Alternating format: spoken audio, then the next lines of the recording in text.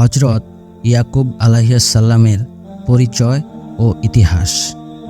আউযু বিল্লাহি মিনাশ শাইতানির রাজীম।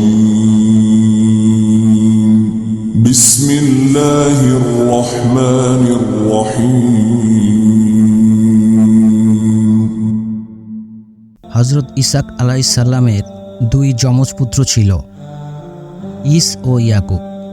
এর মধ্যে ছোট ছেলে ইয়াকুব নবী হন। ইয়াকুবের অপর নাম ছিল ইসরাইল, যার অর্থ আল্লাহর দাস। নবীগণের মধ্যে কেবল ইয়াকুব ও মুহাম্মদ সাল্লাল্লাহু আলাইহি সাল্লামের দুইটি করে নাম ছিল। মুহাম্মদ সাল্লাল্লাহু আলাইহি সাল্লামের অপর নাম ছিল আহমদ, 56 61 6। ইয়াকুব তার মামার বাড়ি ইরাকে হারান যাবার পথে রাত হয়ে গেলে ক্যানোয়ানের অদূরে এক স্থানে একটি পাথরের উপর মাথা রেখে ঘুমিয়ে পড়েন। সে অবস্থায় স্বপ্ন দেখেন যে একদল ফেরেশতা সেখান থেকে আসমানে উঠানামা করছে। এরই মধ্যে আল্লাহ তাকে উদ্দেশ্য করে বলেন, অতি সত্বর আমি তোমার ওপরে বরকত নাজিল করব, তোমার সন্তান সন্ততি বৃদ্ধি করে দেব, তোমাকে ও তোমার পরে তোমার উত্তরসূরিদের এই মাটির মালিক করে দেব। তিনি ঘুম থেকে উঠে খুশি মনে মানত করলেন, যদি নিরাপদে নিজ পরিবারের কাছে ফিরে আসতে পারেন তাহলে এই স্থানে তিনি একটি ইবাদতখানা প্রতিষ্ঠা করবেন এবং আল্লাহ তাকে যা রুজি দেবে এক অংশ আল্লাহর পথে ব্যয় করবেন। অতঃপর তিনি ওই স্থানের পাথরটির উপর একটি চিহ্ন এঁকে দিলেন, যাতে তিনি ফিরে এসে সেটাকে চিনতে পারেন। তিনি স্থানটির নাম রাখলেন আল্লাহর ঘর। এই স্থানটি বর্তমানে বাইতুল মুকাদ্দাসে অবস্থিত, যা পরবর্তীতে প্রায় 1000 বছর পর হযরত সুলাইমান আলাইহিস সালাম পুনর্নির্মাণ করেন। মূলত এইটি ছিল বাইতুল মুকাদ্দাসের মূল ভিত্তিভূমি, যা কাবাগৃহের 40 বছর পরে ফেরেশতাদের দ্বারা কিংবা আদম পুত্রের হাতে অথবা ইসাক আলাইহিস সালামের কর্তৃক নির্মিত হয়। নিশ্চিহ্ন হওয়ার কারণে আল্লাহ ইয়াকুব আলাইহিস সালামকে স্বপ্ন দেখান এবং তার হাতেই সেখানে পুনরায় ইবাদতখানা তৈরি হয়। ইসরায়েলি বর্ণনা অনুযায়ী ইয়াকুব হারানে মামার বাড়িতে গিয়ে সেখানে তিনি তার মামাতো বোন লাইয়া ও পরে রাহিলকে বিবাহ করেন এবং দুজনের মোহরানা অনুযায়ী 14 বছর মামার বাড়িতে দুম্বা চড়ানোর কাজে নিয়োজিত থাকেন। ইব্রাহিমী শরীয়তে দু বোনকে একত্রে বিবাহ করা জায়েজ ছিল, পরে মুসা আলাইহিস সালামের শরীয়তে এটি নিষিদ্ধ করা হয়। শেষোক্ত স্ত্রীর গর্ভে জন্মগ্রহণ করেন বিশ্বসেরা সুন্দর পুরুষ ইউসুফ আলাইহিস সালাম। অতঃপর দ্বিতীয় পুত্র বেনিয়ামিনের জন্মের পর তিনি মারা যান। তার কবর রেথেলহামে অবস্থিত এবং কবরে রাহিল নামে পরিচিত। পরে তিনি আরেক শালিকাকে বিবাহ করেন। ইয়াকুবের 12 পুত্রের মধ্যে ইউসুফ নবী হন। প্রথম স্ত্রীর পুত্র লাভি এবং পঞ্চম অধতন পুরুষ মুসা ও হারুন নবী হন। এইভাবে ইয়াকুব আলাইহিস সালামের বংশে নবীদের সিলসিলা জারি হয়ে যায়।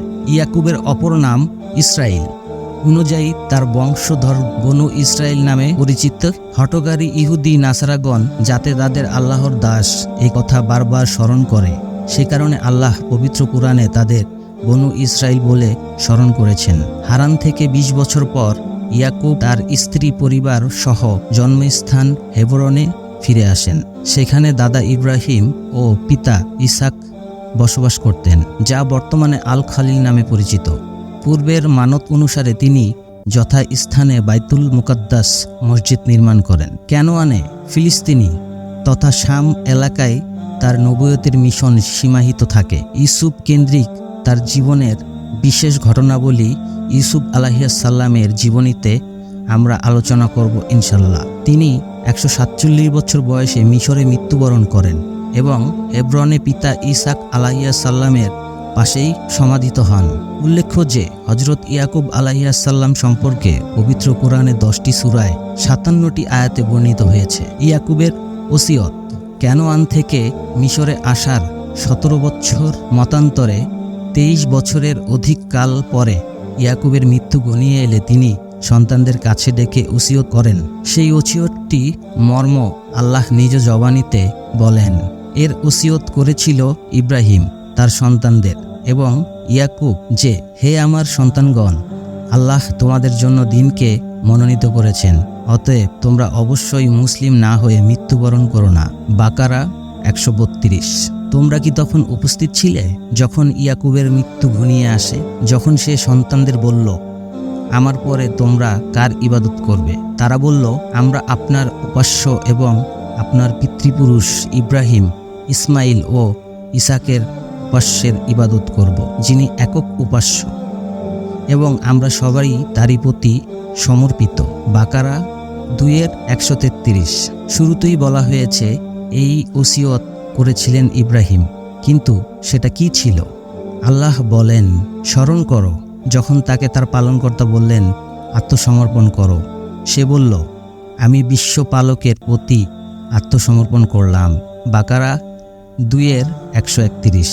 অর্থাৎ ইব্রাহিমের ওসিয়ত ছিল তার সন্তানদের প্রতি ইসলামের, তার পুত্র ইয়াকুবের ওসিয়ত ছিল স্বীয় সন্তানদের প্রতি ইসলামের। এর জন্যই ইব্রাহিম তার অনুসারীদের নাম রেখেছেন মুসলিম বা আত্মসমর্পিতকারী। হজ 22:78। ইব্রাহিম তার অপর প্রার্থনায় মুসলিম এর ব্যাখ্যা দিয়েছেন এইভাবে, যে ব্যক্তি আমার অনুসরণ করল সে ব্যক্তি আমার দলভুক্ত, কিন্তু যে ব্যক্তি আমার অবাধ্যতা করল তার বিষয়ে আল্লাহ তুমিই ক্ষমাশীল ও দয়াবান।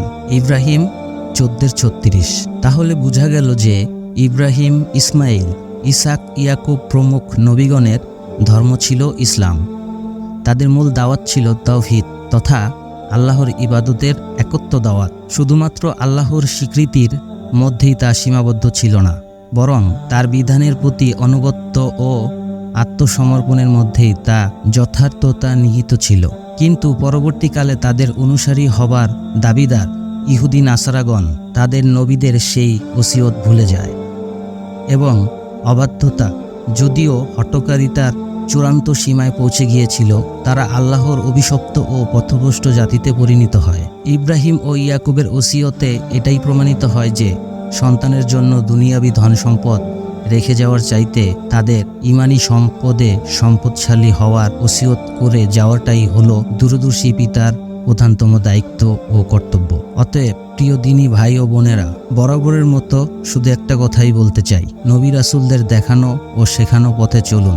ইসলামিক খবর, ইনফরমেটিভ বিভিন্ন খবর জানতে আমাদের চ্যানেলটি সাবস্ক্রাইব করে ভিডিওটি ভালো লাগলে একটি লাইক করুন, শেয়ার করুন। প্রাইম নিউজ অনলাইন চ্যানেলটি সাবস্ক্রাইব করে সাথেই থাকুন।